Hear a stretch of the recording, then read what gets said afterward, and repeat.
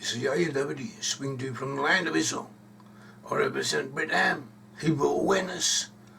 We work to propagate knowledge and information and awareness about the lost tribes of Israel, the lost 10 tribes of Israel.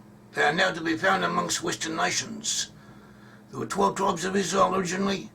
These 12 tribes divided into two different sections. The southern section comprising the tribes of Judah, Benjamin and Levi, as well as representative minorities of the other tribes who joined them in the course of time. They comprise the ancestors of what became the Jewish people. The Jewish people descend from them, derive from them. The majority of the Hebrews were taken away by the Assyrians, so were exiled. The northern 10 tribes were taken away by the Assyrians and exiled. And they were taken to different areas, different portions of the Assyrian Empire, and used to resettle different regions, newly conquered areas, to replace other peoples who were also lifted up and taken to different areas. There was an interchange of populations. And the 10 tribes in their places of exile, they became pagans, they became like the Gentiles around them. And even before they were exiled, they were already going along this path. They were worshipping foreign gods. They had stopped practicing the rite of circumcision and other things that Hebrews had always done. They were already on the downward path before they were taken away. After they were taken away, they became even more like the peoples around them, and they lost consciousness of their ancestry. The levels of literacy were also relatively low compared to those of the Jews, and it was quite easy, it was quite quickly that the whole process of passing, of being turned from a Hebrew into a non-Hebrew in the cultural sense took place. So they forgot who they were, as did every other people in the region around them, apart from the Jews. So the lost 10 tribes forgot who they are. Nevertheless, physically, they remained as cohesive bodies of people who moved around and were taken to different areas or pushed in through the forces of history, historical forces, political, geopolitical reality, and moved to the north and moved to the west. They converged in Western Europe. That is where we find them. We find them amongst West European peoples. We find them in Finland. We find them in Sweden. We find them in Norway, in Denmark, in Holland, the Netherlands, in Belgium. We find them in Switzerland, in France, and in the British Isles, that is Ireland, Northern Ireland, Scotland, Wales, England, and the offshoots from those countries in the USA, and Canada, Australia, New Zealand, South Africa. That is where we find descendants of the lost 10 tribes of Israel. And we're not saying that all the peoples in those regions are descended from Israelites. We're not saying that they're all Hebrews. We are saying that a significant portion of them are, and that portion historically left its characteristics, left its imprint on the national character of those peoples, and that from a biblical point of view, those peoples are Israelites, and they represent Israelite tribes. And this is proven by the namesakes of tribes that settled there, and by the tribal emblems, tribal characteristics, from numerous points of view. All the different fields of evidence come together to confirm the identification of those peoples as Israelites. In the British Isles, we find descendants of most of the tribes of Israel in different groups, but those tribes of Joseph, Ephraim and Manasseh. Joseph was one of the sons of Israel.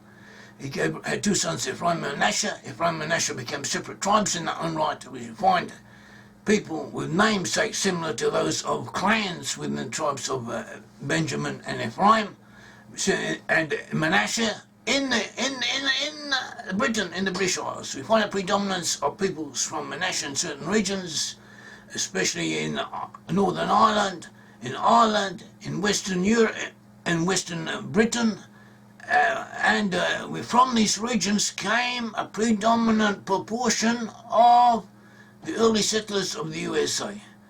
And that, as well as other signs, even the very name America is from Yair, the firstborn son of Manasseh, and historically and from numerous other points we are able to ascribe the identification of the USA as Manasseh but within Manasseh also of Joseph. In other words, within the USA, within the population of Israel, of America, we find a large number of people who are descended from Israelites, from Hebrews, from all of the tribes of Israel. Within those tribes, the tribes of Joseph are the predominant element. Numerically, Ephraim might well be greater, much greater than Manasseh, but nevertheless, historically and culturally, Manasseh, attributes of Manasseh have had more influence in America and the USA than they have in Britain. So therefore we ascribe identification of Manasseh to the USA. But beyond but together with that, there are also many from Ephraim. The USA represents Joseph in general, and it also contains within it other Israelites and others, non-Israelites as well. What we are concerned with at the moment is proving that the Israelite presence there. So one of the signs, one of the numerous points of evidence we have is from the Great Seal of America. See, the Great Seal of America testifies to what we teach, and it confirms it. The Great Seal of America is depicted on a dollar bill. On the Great Seal of America, you have an eagle. An eagle, and the eagle has, in one hand, it has arrows, 13 arrows. On the other hand, it has an olive branch. On this olive branch has 13 leaves and 13 berries. On the chest of the eagle, 13 is a shield with 13 bars.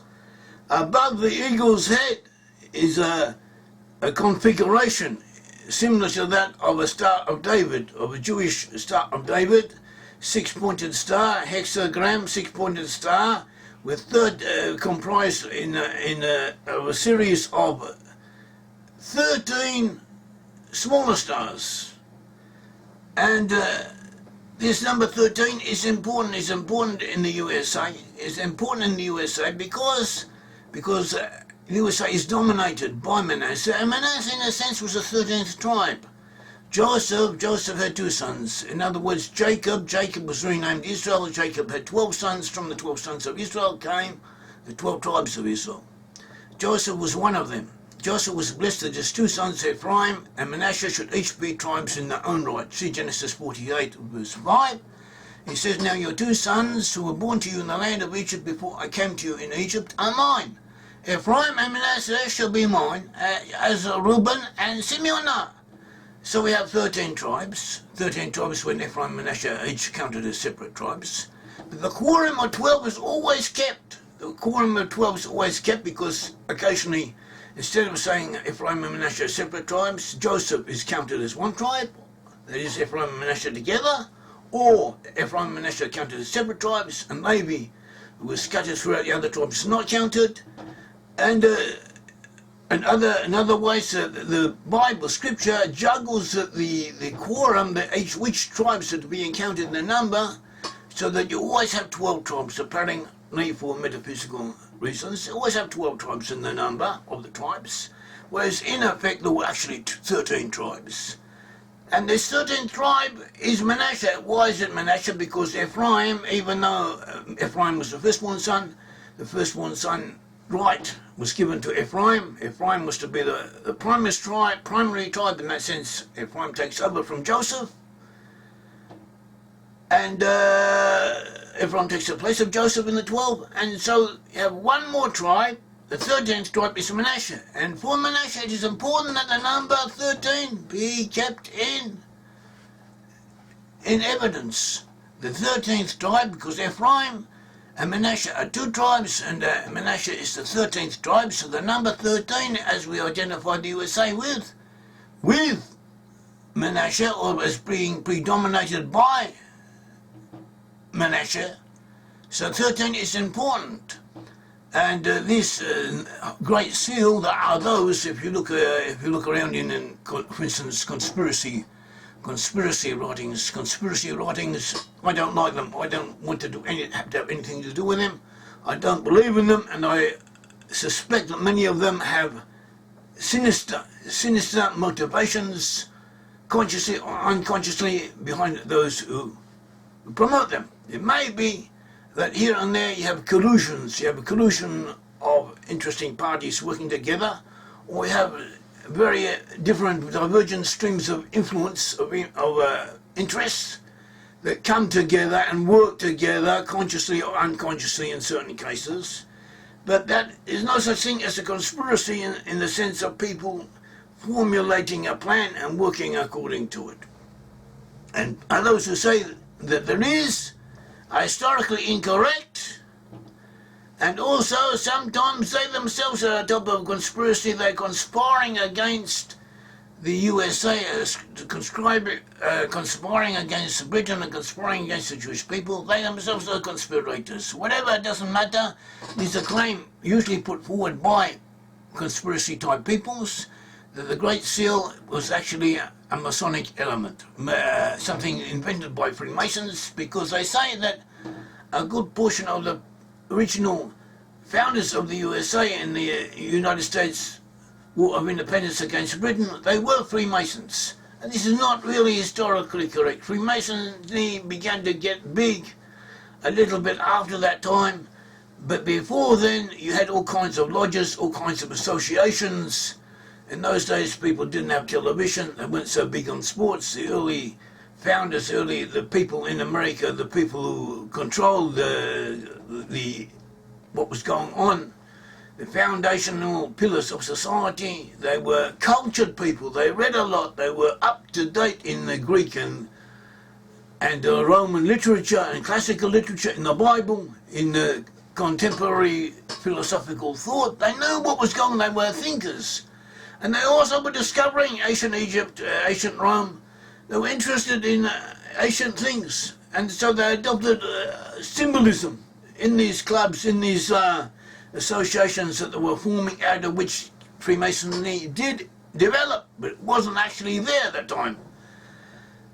But all these things were part of a general treasury, a general body of a treasure chest, one could say, of symbols. And when they came to create the Great Seal, they took from this treasure chest of symbols what became the Great Seal of America. So that is, in prosaic terms, how the Great Seal came about. But beyond that, beyond why they did it, if they did it, beyond that, the Great Seal represents something possibly beyond the intentions of those who created it. It is divine providence wanted it, because this is a sign of what America was intended to be. Deuteronomy 33, we have a similar expression. Ayin Yaakov, translated as the fountain of Yaakov. The word ayin can mean eye, and it can also mean spring. And we have the expression the fountain of Yaakov, the fountain of Jacob. In Deuteronomy 33, it says, and Israel shall dwell in safety, the fountain of Jacob alone, the fountain of Jacob alone. Ayin Yaakov can also mean the eye of Yaakov. It is the eye of divine providence. And Yaakov represents Israel. The word yank is short in Yiddish for Jacob. Yank is another nickname for someone from the USA. And this Deuteronomy 33 prophesies that the Israelites would have a land of grain and new wine. His heavens shall drop dew.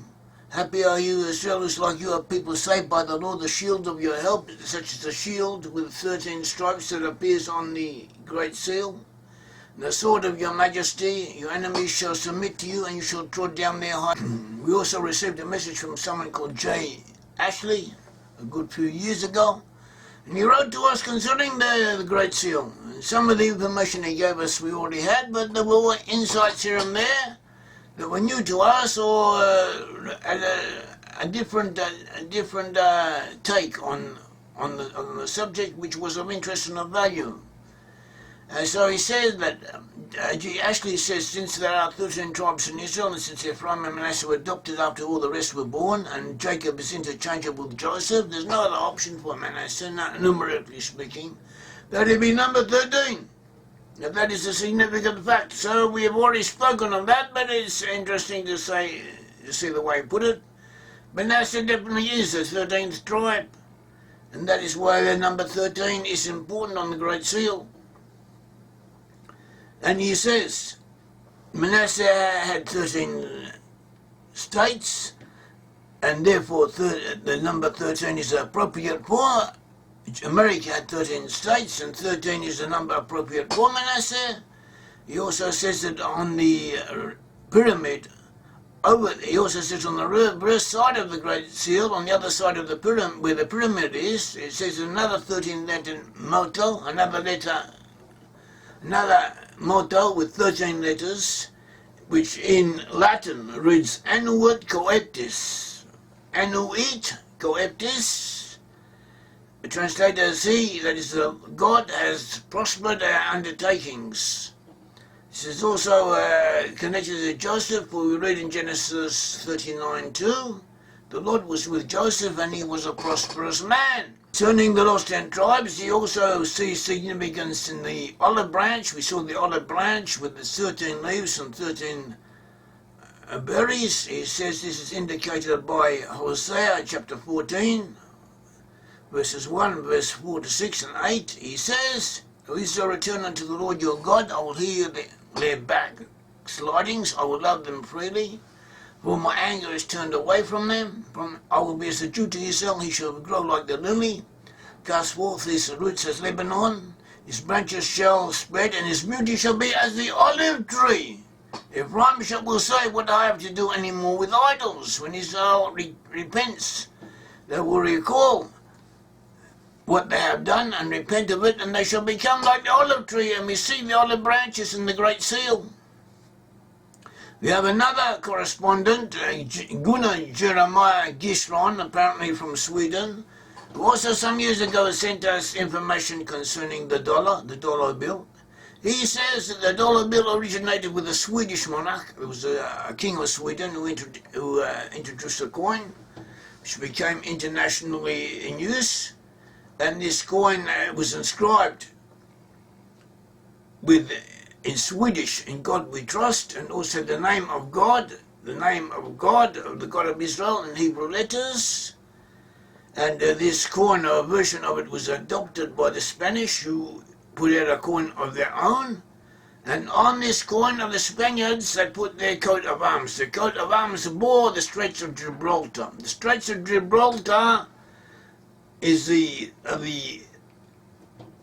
Straits of Gibraltar is a place where Europe and Africa join together, and it controls. So on the edge of Spain, it controls the ingress and egress between the Atlantic Ocean and the Mediterranean Sea. Anyone who wants to come from the Atlantic Ocean into the Mediterranean, or go from the Mediterranean to the Atlantic, has to pass through the Straits of Gibraltar. The Straits of Gibraltar are in Spain. They are now possessed by England, by Britain. They've been in English possession since the time of Charles II. The Spaniards put claim to them. The British don't want to give them back. Also, the local inhabitants want to remain British. And the Jews have been living there for some time, and the Jews consider the Straits of Gibraltar to have provided them with British citizenship and refuge from Spain when they needed it. So, and it has an important strategic passageway. And it was said that the gates of your enemies and the gates of those who hate them, the blessings to the forefathers that came to Joseph, and would belong to the Israelites, would belong to the lost 10 tribes, and this is one of them. This is one of the strategic thoroughfares and places have all accrued, or nearly all of them, all the ones that exist in the world, have at some time or other accrued to the USA or to the Britain. And they are important. At all events, on this version of the Swedish king's coin, there was the coat of arms of the kings of Spain. The coat of arms of the kings of Spain had the Straits of Gibraltar, and that represented by the pillars, what is called the Pillars of Hercules. 2 straight pillars. So eventually these 2 pillars were put together, and an S was put over them, and it had the dollar sign. And therefore the dollar sign represents the Straits of Gibraltar. It represents this far away.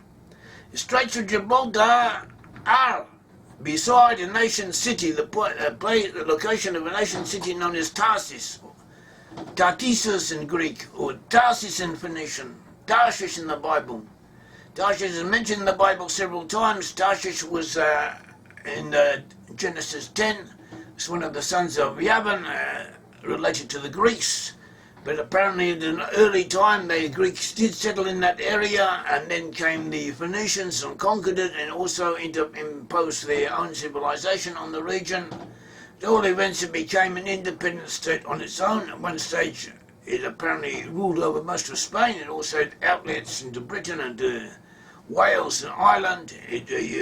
From England it took tin and copper from Wales, and the gold from Ireland, and other minerals from the British Isles, and also from other areas in the north. And it served as an a place where people would exchange goods, and it was internationally of great importance. And it became identified in the rabbinical writings with the Atlantic Ocean in general. And the Bible, when the Bible refers to Tarshish, there are points where it apparently is applying to the Atlantic Ocean in general. And it's prophesied in Isaiah 68:9, and then in the end times, when the lost 10 tribes return, it says, "Who are these that fly as a cloud and as a dove to their windows?" Fly as a cloud and as a dove to their windows, so they're straight to the place, like a plane does, as a dove to their windows flying. Isaiah depicts people flying. Who are these that fly as a cloud and as a dove to their windows? Surely the isle shall wait for me, and the ships of Tarshish first. The ships of Tarshish here means ships flying, sailing over the Atlantic Ocean from North America to the Mediterranean Sea, and through the Mediterranean Sea to the land of Israel. And they are bringing back the children of Israel, to bring your sons from afar, their silver and gold with them, unto the name of the Lord your God, to the Holy One of Israel, because he has glorified you. Look it up in the Bible, Isaiah 60 verses 8 to 9. And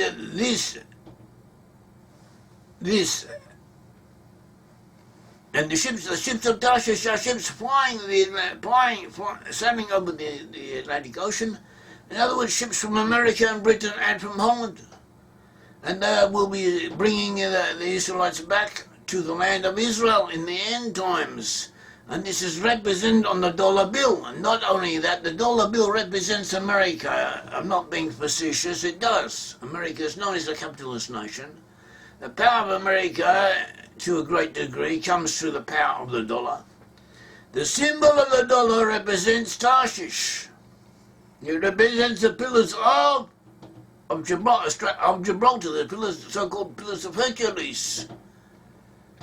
And in ancient times, in the ancient Israelites, in the northern kingdom, like the Jews, used Hebrew. They spoke in Hebrew, they wrote in Hebrew. We have found inscriptions from them, and their Hebrew that they used in the northern kingdom, the 10 tribes before their exile, is not much different, a little bit different, but not much from that of Judah. But here and there, in some of the inscriptions, instead of using words, they use hieroglyphics. Hieroglyphics are like pictures, like as in Egypt, like Egyptian writing, similar to Egyptian writing. Though instead of using words, they use these picture symbols, often similar to those of the Egyptians, or taken directly from Egypt. And apparently this was how they wrote. And today, if you wanted to do the same, instead of writing the United States of America, you would put a dollar sign and everyone would know what it meant. So a dollar sign in effect does represent the USA. It represents the Straits of Gibraltar. And it represents the return of the lost 10 tribes via the Atlantic Ocean, through the Straits of Gibraltar into the Mediterranean Sea, arriving both by ship and by air. And Isaiah prophesied that they would return by air. And only in our generation is returning by air possible. And perhaps we will live to see the return and reunification of the lost 10 tribes of Judah, perhaps not. At all events, for the present, we can concern ourselves with proving confirming the identification of the lost 10 tribes and finding the lost 10 tribes, and we have found the lost 10 tribes amongst Western nations and also amongst inhabitants of the USA. The Lord God of Israel bless you. Thank you.